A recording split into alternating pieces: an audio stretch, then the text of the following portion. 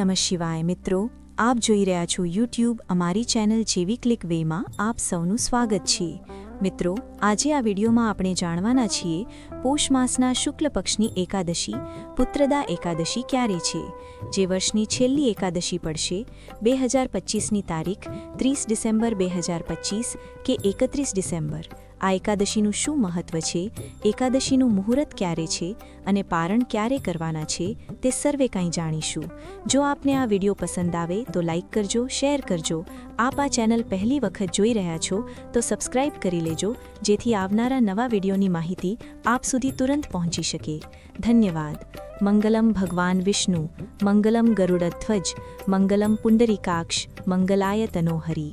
બોલો મંગલ મૂર્તિ ભગવાન લક્ષ્મીપતિ નારાયણની જય। મિત્રો, સનાતન પરંપરા અનુસાર ભગવાન વિષ્ણુને કે જે જગતના પાલનહાર બનાય છે તેમની પ્રિય તિથિ છે તે છે એકાદશી। આ દિવસે ભગવાન શ્રી નારાયણનું ભક્તો વ્રત કરે છે, ઉપવાસ કરે છે, પૂજન કરે છે, સાધના આરાધના કરે છે, જેથી જીવનમાં આવતા કષ્ટો દુઃખો દૂર થાય અને મનોકામના પૂર્ણ થાય। ભગવાન વિષ્ણુને પ્રસન્ન કરવા માટે, મન માંગ્યું વરદાન પ્રાપ્ત કરવા માટે એકાદશીના દિવસે વ્રત કરવું ફલદાયી મનાય છે। 2026ના વર્ષની છેલ્લી એકાદશી એટલે પોષ માસના શુક્લ પક્ષની આ એકાદશી છે, જે પુત્રદા એકાદશીના નામે પ્રખ્યાત છે। પુત્રદા નામ સાર્થક કરે છે। સંતાન સુખ આપનાર ભગવાન શ્રી નારાયણને પ્રિય એવી આ એકાદશીના મુહૂર્ત વિશે સૌપ્રથમ આપણે જાણી લઈએ કે તિથિ ક્યારે આરંભ થાય છે, પારણ ક્યારે કરવા।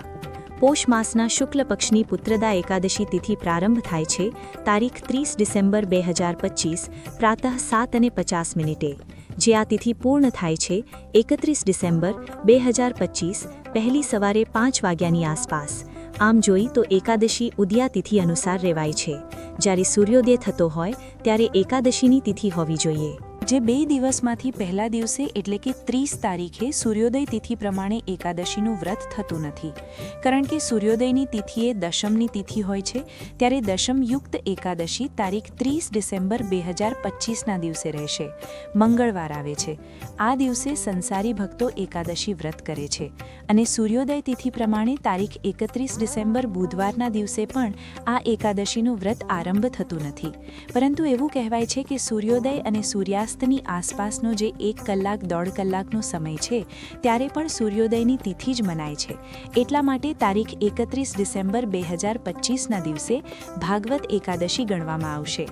આ દિવસે એકાદશી રાખવી શુભ મનાય છે, કારણ કે દશમથી યુક્ત એકાદશી કરતાં 12થી યુક્ત એકાદશી હોય તે શુભ મનાય છે।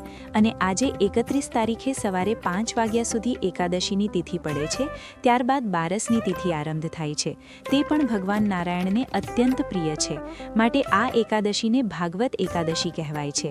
અને જે 30 તારીખે એકાદશી પડે છે તે સ્માર્ત એકાદશી કહેવાશે સંસારીઓ માટે। જો કે ભાગવત એકાદશી સૌ કોઈ કરી શકે છે, જેવી જેની માન્યતા ધારણા એ પ્રમાણે એકાદશીનું વ્રત કરવું। હવે જાણી લઈએ કે પારણ ક્યારે કરવું। જે ભક્તો 30 ડિસેમ્બર 2025ના દિવસે એકાદશીનું વ્રત કરશે તેઓ 31 ડિસેમ્બર 2025 બપોરના લગભગ 1:30 વાગ્યા પછી પારણ કરે। અને જે 31 ડિસેમ્બર 2025ના દિવસે જે ભક્તો વૈષ્ણવ એકાદશી કરવા માંગે છે તેઓ બીજા દિવસે એટલે કે 1 જાન્યુઆરી 2026ના દિવસે સવારે 7:30 થી લઈને 6:30 સુધીમાં એકાદશીના પારણ કરવાના રહેશે। એકાદશી આમ તો બંને દિવસ મનાશે, પરંતુ આપણને જે મન માને તે પ્રમાણે વ્રત કરવું। આજે ભગવાન નારાયણનું વિશેષ પૂજન થાય છે। ધૂપ દીપ નૈવેદ્ય આદિથી ભગવાન વિષ્ણુને હળદર ચંદન કેસર આદિથી તિલક કરીને પુષ્પ ચડાવાય છે। ભગવાન નારાયણને તુલસીદલ અત્યંત પ્રિય છે। પ્રભુની પૂજામાં તુલસીદલ અર્પિત કરાય છે અને આજે પૂજા માટે તુલસીદલ તોડી શકાય છે, નહીંતર આગલા દિવસે તોડીને રાખવા। એકાદશીના દિવસે કથા સાંભળવાનો મહિમા છે।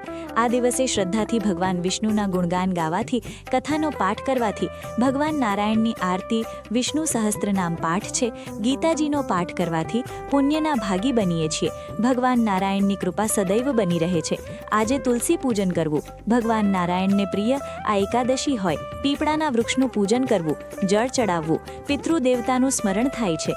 આ એકાદશીના વ્રતનું આપણે દાન પણ કરી શકીએ છીએ. સંકલ્પ દ્વારા એકાદશીના દિવસે વ્રત કરીને ભક્તો ઉપવાસ કરી શકે છે, નિરાહાર રહી શકે છે, અથવા જો શરીર સાથ ના આપતું હોય તો એક ટાઈમ ભોજન પણ લઈ શકાય છે.